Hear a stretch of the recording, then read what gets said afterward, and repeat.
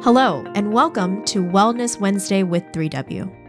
Wellness Wednesday is sponsored by 3W Medical for Women, a nonprofit medical clinic offering free of charge or low-cost reproductive health services to women in the Seattle area, regardless of income or insurance status.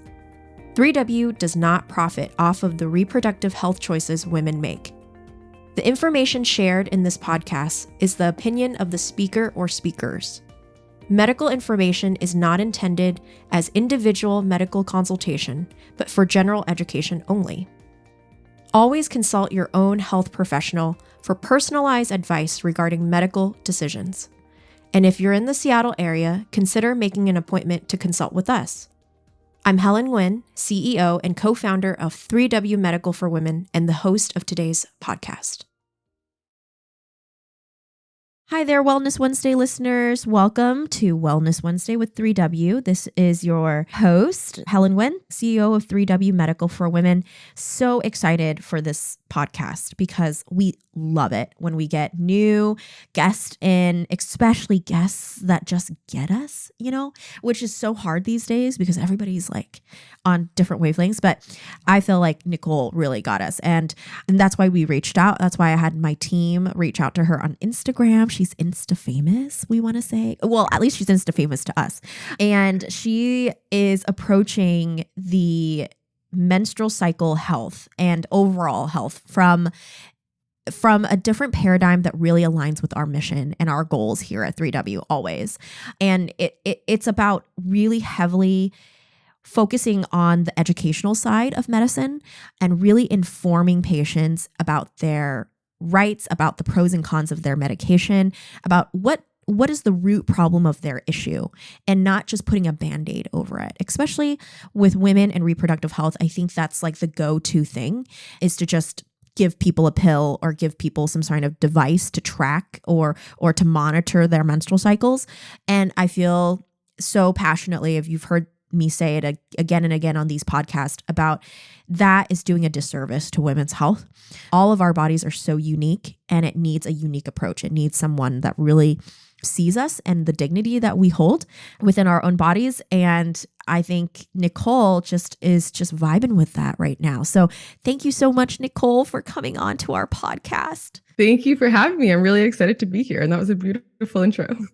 Oh, thank you. Thank you. So Nicole is a certified holistic nutritionist that we found on Instagram. And we just have been loving the content that she's been producing on social media. It's getting a lot of attention. And we just wanted to, ride her coattails a little bit and see, so to get more people to tune in to what she has to say, because it's beautiful. So Nicole, I just want to hand it off to you. Could you give us a little bit more background about who you are, how you got into this whole holistic wellness kind of approach for your health, and why you're so passionate about it? Yeah, well, my story started a long time ago, like I'm sure most people's stories do, but I used to be obsessed with nutrition and food. So I wanted to become a certified holistic nutritionist, which I have since now. And it really stemmed through my experience on hormonal birth control. I went on hormonal birth control when I was about 16 and was on it for, I think, 9 or 10 years. And when I first went on it, it was incredible because it gave me this quote unquote freedom, or I didn't have to worry about too many things, etc. But then about 3 years into it, I started experiencing really negative symptoms.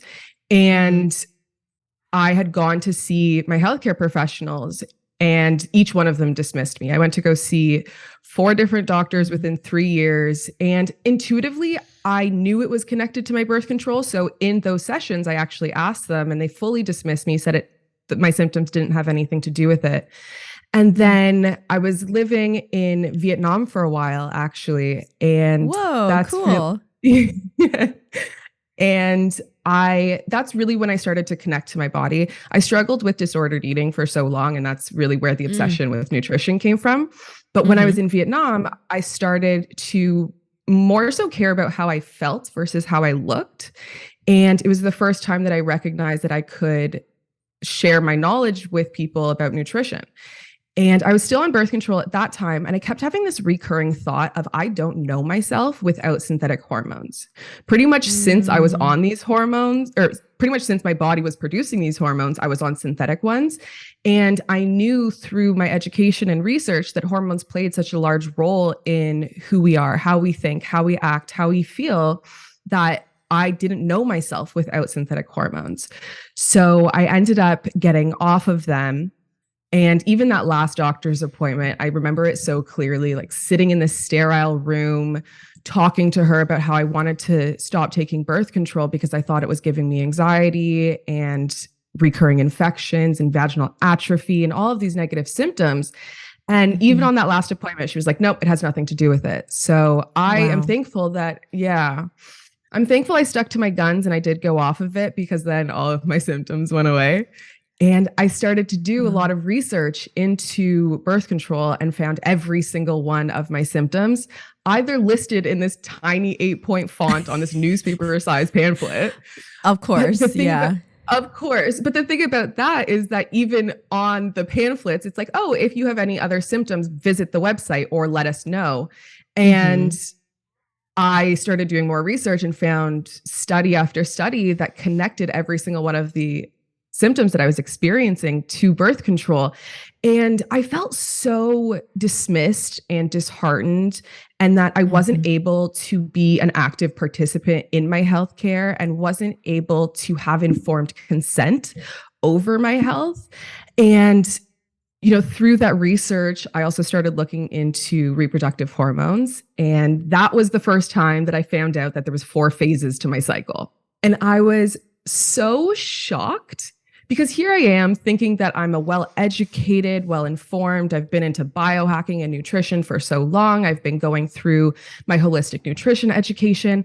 And it was my own research that taught me that there was 4 phases to my cycle. And again, that was really disheartening. So I went down the rabbit hole with that and started doing a lot of research and started talking to other women about it as well. And they also didn't know anything about their cycle and would tell me about their symptoms and their experiences with healthcare professionals. And at the same time, I was nutrition and culinary director of a startup. And in that case, it was great because I was utilizing my education, but it was a really toxic environment. And they wanted me to create these meal plans that were able to be tailored to everybody, or juice cleanses or whatever it was. And I'm like, but that's not how nutrition works. Like, we need to know what our bodies actually need. And so as I was doing this research, started to think about how, all these hormones need to be supported differently and affect us differently. So why aren't we going with those fluctuations in regards to our nutrition and our lifestyle, so that we can really support those hormones, support our cycles, and support our overall holistic health? So that's really how it started. I ended up bringing it to social media, and it got really well received. And that was the first time that I was like, oh, this is a really needed service. This is really needed education. So that is really how I got started. And, the journey over the last about 2 years has been absolutely incredible and super impactful. And every day I'm reminded about how important this information is. And I think, like you, I've started to focus more so on the educational aspects of it, because, I was seeing clients one-on-one, and it was amazing because I was able to support them in the current situation that they were in. But I felt like I wasn't able to provide them with the knowledge and education to be able to manage symptoms as life happens, because our hormonal health is significantly impacted by our life. And if we have, big events in our life or whatever it is, and as we age, things can come about. So I've now decided to really focus on that educational aspect and provide people with resources and education so that they're able to truly understand their own body. Because I think that's also where you find lasting change. Because I could tell someone to do something and they'll do it for, 3-6 months to a year. But it's truly once you have that knowledge and you can understand the language of your body, and how to support your hormones and your overall health through nutrition, and food is fuel and what our body runs off of. And so it's been a really, really incredible journey to be able to connect with like-minded people and to bring this knowledge to the world, and hopefully in the near future, make it general knowledge. Yeah, absolutely. Wow, thank you so much for sharing your journey and your story. It's always so powerful to our listeners because they feel less alone. Because, like you said, you had the drive to say, first of all, I just love it that you were listening to your body and that it was telling you something and you didn't ignore it. Because a lot of people are even in our society, actually, it tells you, it's fine. It's, it's just part of being a woman. Yeah, it's just part of being a woman. Or you go to a medical facility or you go to a doctor's appointment and, that person in that lab coat has this authoritative presence in your healthcare. And for them to so quickly, because you didn't fit in this cookie cutter kind of situation, they're so quick to dismiss what you're hearing internally. And I think that's something really powerful that women have across the board, is that we have this intuitive knowledge about our bodies and that we need to listen to it. And just because someone in a lab coat, someone in a position of power is dismissing us, doesn't mean that what we're feeling is not valid. And so I just absolutely love it that you went, you guys don't know what you're talking about. I know my body. I live it every day. So that is amazing. And the second thing is it's just about informed consent. It's about education, and education is power. We hear that all the time. And what does that really mean? And you're living it, and you're really, putting that into practice, and then you're spreading the word about it, which is fantastic. It's what women do really well, is when we find something that works for us, when we find something that could benefit others, we don't hide it from people. And that's something that we try our best to do here at 3W, is like, we might not be completely knowledgeable in every single subject when it comes to healthcare, but how do we partner with you to make sure that we're both educating ourselves? Because I guarantee you there's someone else out there that's struggling with the same thing that could really benefit from this conversation. And that's so important to tap into, to resources like you, to resources like 3W, and make sure that you're getting all your questions answered, and that you're not crazy, that you think your birth control is causing these issues. So one of the things that you are being formed in and being trained in right now is FEM, right? Which is so cool, because we've been doing FEM ever since, for the last, I want to say 2 years now. And how has that experience been for you? Why did you pick FEM? Because there's a lot of different tracking systems out there, lots of natural approaches to menstrual cycles out there. Why specifically FEM did you pick that approach? Yeah, well, with FEM, it was really because I knew that there was other forms of birth control, that we could avoid pregnancy without the need for synthetic hormones. And I obviously, going through my own education and becoming a women's health expert, recognizing that there's only really 6 days of the month that you can get pregnant, and we don't actually need to be on hormonal birth control if we're trying to avoid pregnancy. And we weren't taught these things. So FEM is it's a great program that allows you to truly understand your reproductive system and the fact that you're only fertile for about 6 days out of the month, and tracking your symptoms. And when I teach clients, I incorporate other biomarkers to track. So biomarkers being signs that our body gives us that tell us whether or not we are fertile, or if we have ovulated, etc.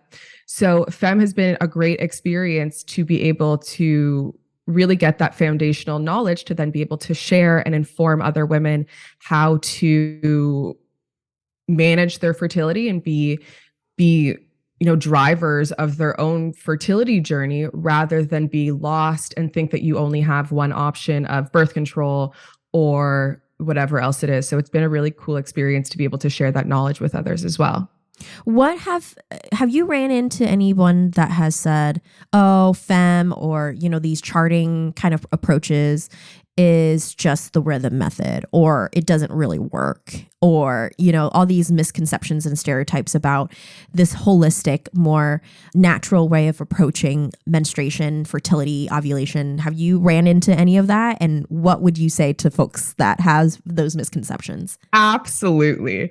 And especially being on social media and talking about this on social media, it's come about so often.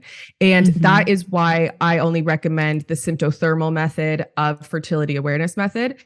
because a lot of people are like, oh, the calendar method, you're going to get pregnant. And I'm like, yes, because you're not actually tracking your fertility, you're basing it on previous cycles. But again, Mm-hmm. our hormones and our ovulation may happen at different times. So that is risky if you're not really well informed about it. And that's why I love FEM and teaching fertility awareness method, because it's not just that, you're counting the days, but you're actually tracking the signs that your body is giving us, right? Mm-hmm. So as you know, you're only fertile about 6 days of the month because you have this estrogenic cervical mucus that sperm Mm-hmm. can actually survive in. If we don't have that mucus present, then the vagina is an acidic environment that doesn't allow sperm to survive more than a few hours. Mm-hmm. So when you're able to really feel in tune with your body, then you can also, and you also have the knowledge of how this works. You track those biomarkers and you understand your fertility, and it's not about having questions, it's actually about being empowered about it. And Mm-hmm. I think that those people who say that it won't work, that you'll get pregnant, that it's irresponsible, are really dismissing what it actually is and viewing it from the point of just the calendar method or Mm-hmm. just the certain tracking methods. But when you're looking at it and you do really understand it, it is such a powerful thing. And that is Mm-hmm. to say, you do need to be a lot more responsible if you are using the FEM method. It takes a Mm-hmm. lot more of a commitment, and you're tracking daily, and you're going through a process that's pretty extended to actually learn how to use it. You Mm-hmm. have to be able to set out your patterns and understand your biomarkers. And that takes some time and that takes a lot of dedication. But the incredible thing about fertility awareness methods is that once you do the work and you do stay committed to it, it is so empowering. And not just that you're able to avoid pregnancy, but it also can help increase the chance of conception if that's your goal. And it just Mm-hmm. provides so much data about your body that you'll be able to take to your medical professionals to analyze and be like, actually, something is wrong because look at what's going on with my menstrual cycle, which is our fifth vital sign. Mm-hmm. And it also Mm-hmm. allows us to be so much more in tune with ourselves and connect to our bodies in ways that I think women crave, but are not taught how to actually do. Yeah, absolutely. We are not taught to value our menstruation. We're not taught to value what it says, what it's telling us. It's always something that we try to dress it up really cute or try to Mm-hmm. get rid of it. Just in the packaging of our pads and our tampons and stuff, it's like always being displayed as something like you can get over it. And it's like, no, we Mm-hmm. should own it. It's something that's uniquely created just for us. And, and we should be able to own it and say that, no, it's a marker. It's a sign of it's another way for us to be in tune with our bodies and our health. And it should be something very much embraced by more women. Mm-hmm. And I just love it that you say that, fem isn't easy. It's easy once you get the concept of it, but it is an investment. And who doesn't want to invest in their own bodies and their own healthcare?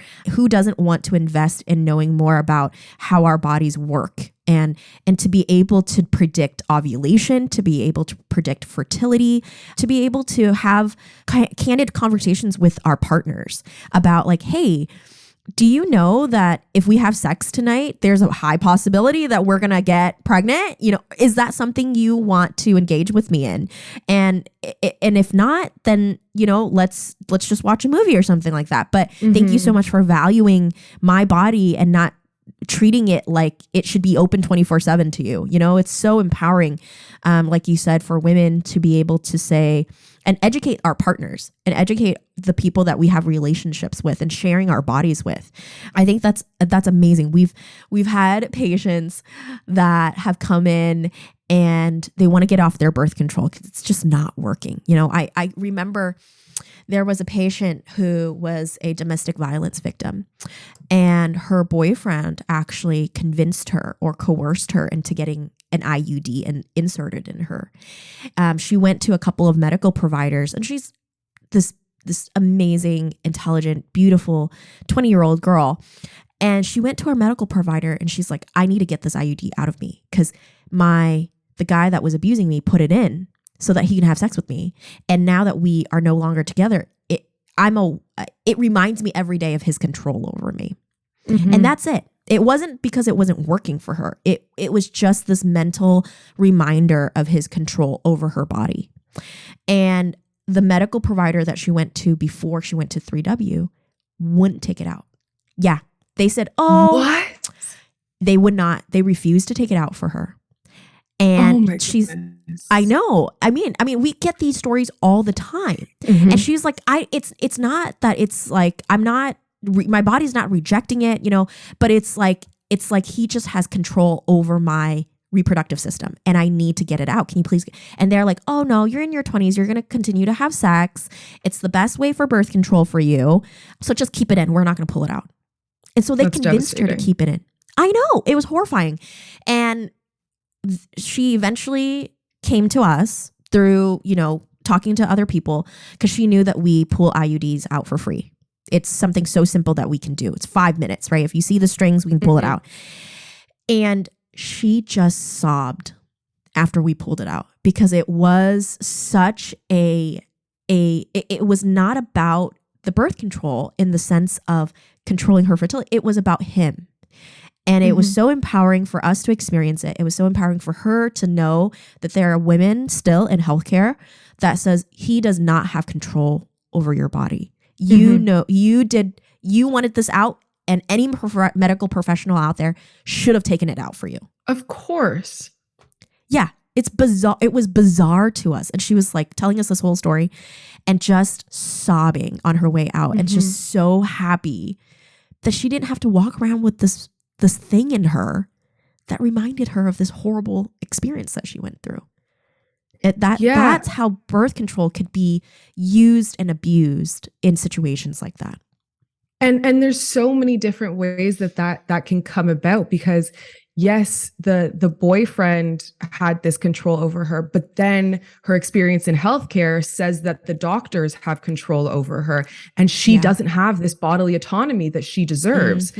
And like, it's obviously, don't even want to say it's incredible that you took it out because it just should have been done in the first place. It's just obvious. Yes. and honestly, I had the same experience that my doctor was like, no, don't take it out. That's stupid. You're like insulting me to a degree and kind of pushing me into this way of staying on it. And, you know, and then I think also to tie it back to like education, the upsetting thing is even when a lot of women, if women are in that position and they do get it taken out and they don't have the knowledge about how their body really works and how to manage their fertility on their own, they still lack this bodily autonomy. And that has such far-reaching implications. And, you know, I talk a lot about phase syncing and how to tailor your life to your cycle because it is so incredible and so impactful.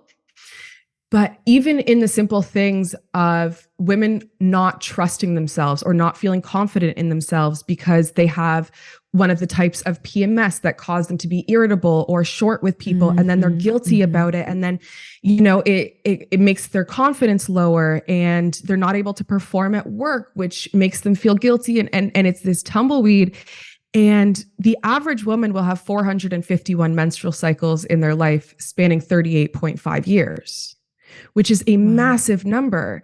And no Yeah. matter how much healing you do outside of that, if you're looking at your body and at yourself and looking at your cycle as this negative thing that you dread, Mm-hmm. that you wish it would just go away, that it serves no purpose aside from reproduction, that you're looking at such a significant part of yourself through a negative lens.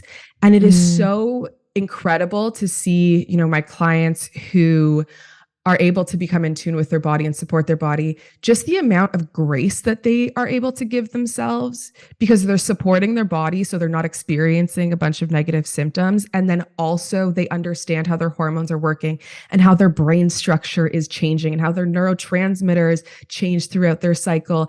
And with that knowledge, we're able to kind of take a step back and be like, actually, this can be a superpower because I can leverage these times, menstrual phase, your hormones are at their lowest and you might have brain fog or feel really withdrawn from the world. But if we use that time as a reflective period, it's such an incredible reminder of close that previous cycle, look back, take what you need from that previous cycle, understand what went well, what didn't go well without judgment, look back on it, Mm-hmm. and then be Mm-hmm. introspective and understand how to go on into your next cycle and utilize those lessons. And I love living cyclically because it is that reminder to take a pause and to actually understand yourself and be reflective and be introspective.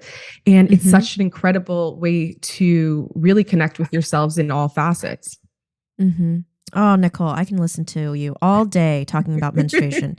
You have such a beautiful way of approaching it because Thank you. your ability to understand it from such a deep spot, because you've walked through that. You walked through that experience. You've walked through the struggle of trying to understand what it is that your body's trying to tell you and being dismissed. And those types of experience, even though they were hard to go through, they're kind of like your battle scars, and you're able to say 100%. it. Yeah, you're able to say it in such a beautiful way that I think is going to resonate with so many of our listeners and women out there that are just they're being inundated by the quick fix. They're being inundated by, you are just like everybody else's body and this is working for everybody else. So shut up and just take this pill or put this implant in you and you can just do whatever. And it's like, okay, there are consequences to what we do and how we treat our body and how we approach our body. We are made so beautifully, so uniquely. And how do we protect that? And just breaking down those barriers of what menstrual cycle means, what healthy lifestyle means, what nutrition means, what hormones means, what triggers our hormones to do one thing or another. That all plays into also who we have around us, right? Yes. Like our tribe, our community.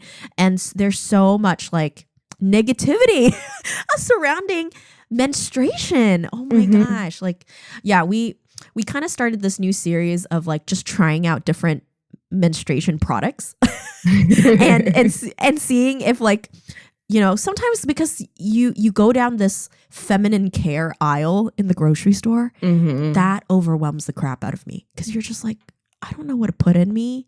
I don't know if it's like, oh gosh, new things are coming out about cotton not being good or synthetic stuff. I was like, oh gosh, it's like a whole nother thing, which I would really love to pick your brain on.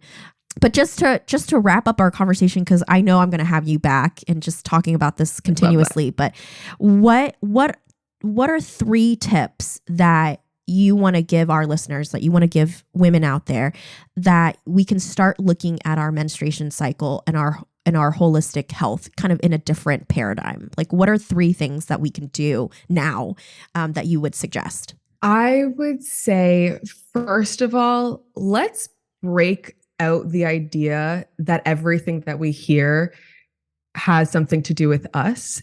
And the fact that a lot of studies that have been done, or that women were included in medical studies until 97, or a lot of studies that have been done that are quote unquote general knowledge for healthcare have been done on men and postmenopausal women and don't take into consideration our menstrual cycle.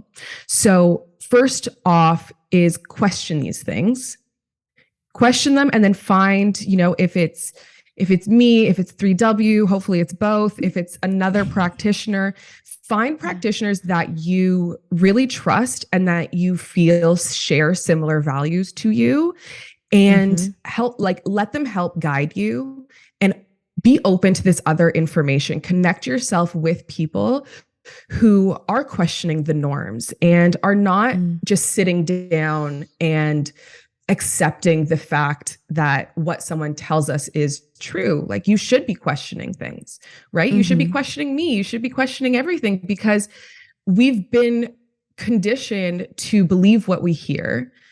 And unfortunately, that can be very limiting. And, going back to having a lot of health studies or practitioners tell you to do one thing, like having PCOS and your doctor just tells you to lose weight. You're like, okay, but also one of the most common symptoms of PCOS is the inability to lose weight. So you're telling me to work out and eat less calories, but that's actually flaring up your PCOS. So it's going to be even harder for you to lose weight. Take a second and, find people that you really connect with, I say would be the first thing. Find practitioners that you really connect with, because we are out there. Yeah. And then also tune into yourself. We've also been conditioned to not listen to our intuition and to not listen to the signs that our body is telling us, or thinking that they're normal. Our bodies shouldn't be in pain.